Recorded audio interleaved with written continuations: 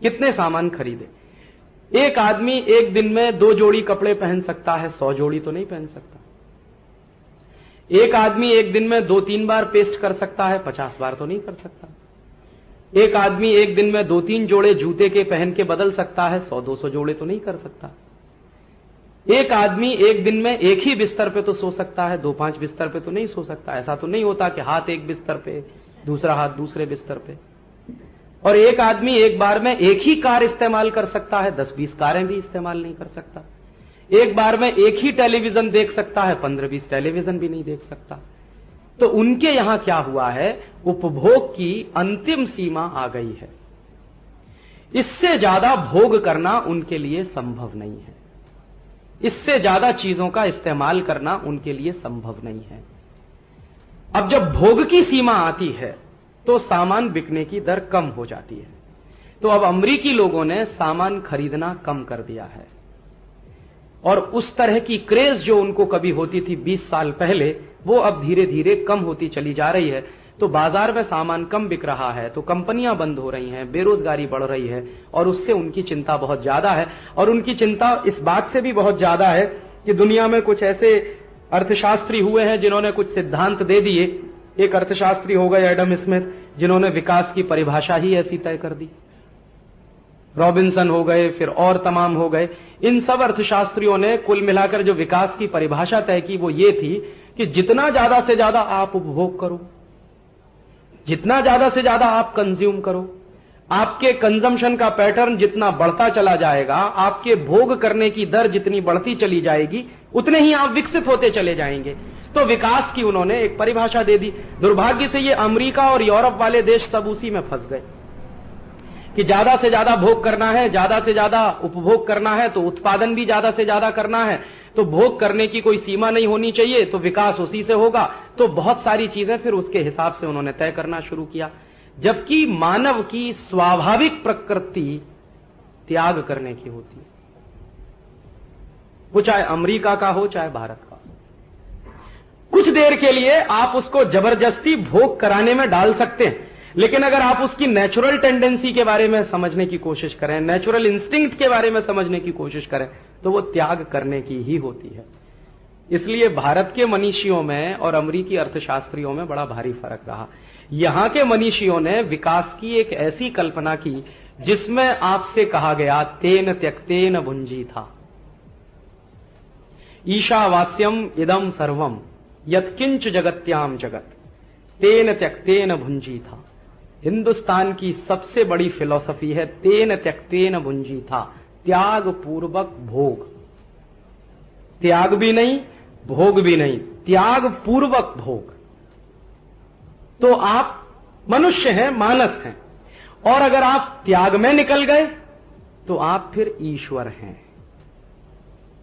किसी भी समाज में त्याग करने वालों को ईश्वर मान लिया गया, वो भारत में ही मिलेगा आपको। उदाहरण के लिए भगवान राम महल में रहते हैं, दशरथ के बेटे हैं, राजकुमार हैं, तब तक उनको कोई नहीं पूजता।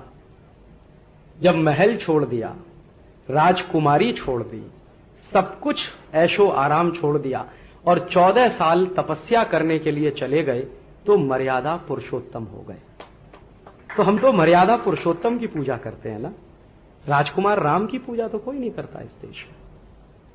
या महात्मा बुद्ध जब अपने ऐशो आराम छोड़कर साधना के पथ पर निकले, उन्हीं गौतम बुद्ध की पूजा की जाती है ना, उसके पहले वाले की तो कोई नहीं करता।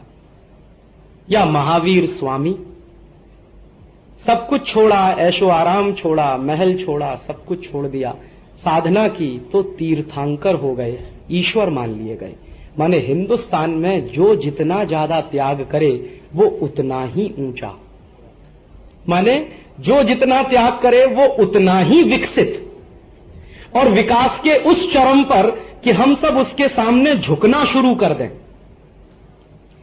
हमारे देश में आप और हम सब साधु संतों के सामने झुकते हैं तो उनके त्याग के कारण। भोग में नहीं झुकता है कोई भी आदमी, तो भोग में झुकने का संभव भी नहीं है। तो यहां तो त्याग आधारित विकास रहा और वहां तो भोग आधारित विकास रहा।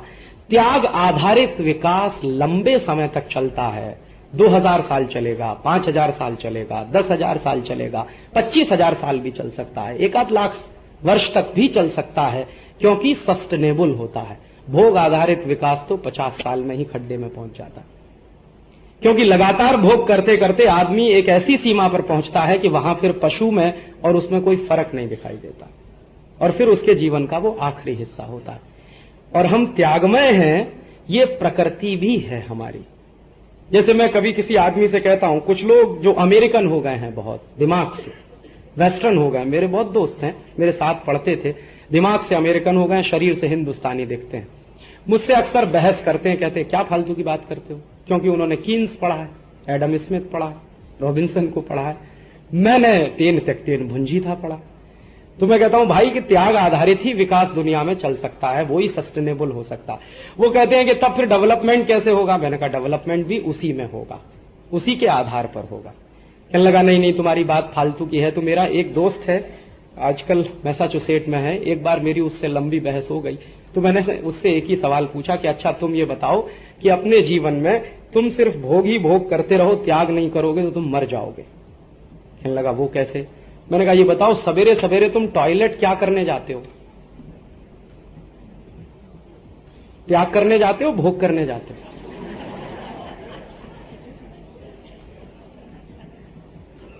एग्जाम्पल मैंने बहुत क्रूड चुना है ताकि आपको समझ में जल्दी आए।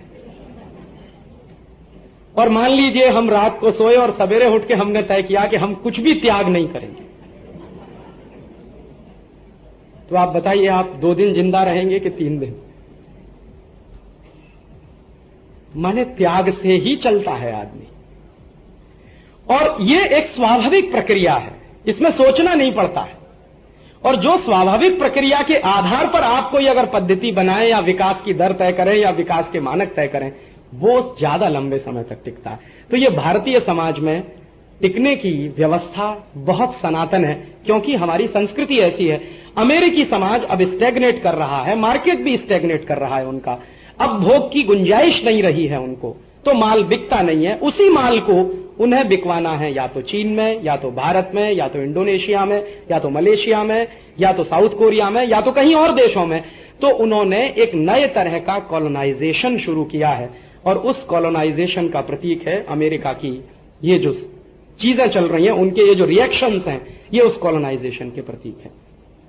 तो मुझे लगता है कि उन्होंने जो व्यवस्था पर चलने का सोचा है, अगर हम पहले से उसके बारे में नाकेबंदी नहीं करेंगे तो शायद हो सकता है नुकसान फिर खा जाए, क्योंकि हम तो बहुत नुकसान खा चुके हैं पिछले 1,500-2,000 साल से इस तरह की व्यवस्थाओं में।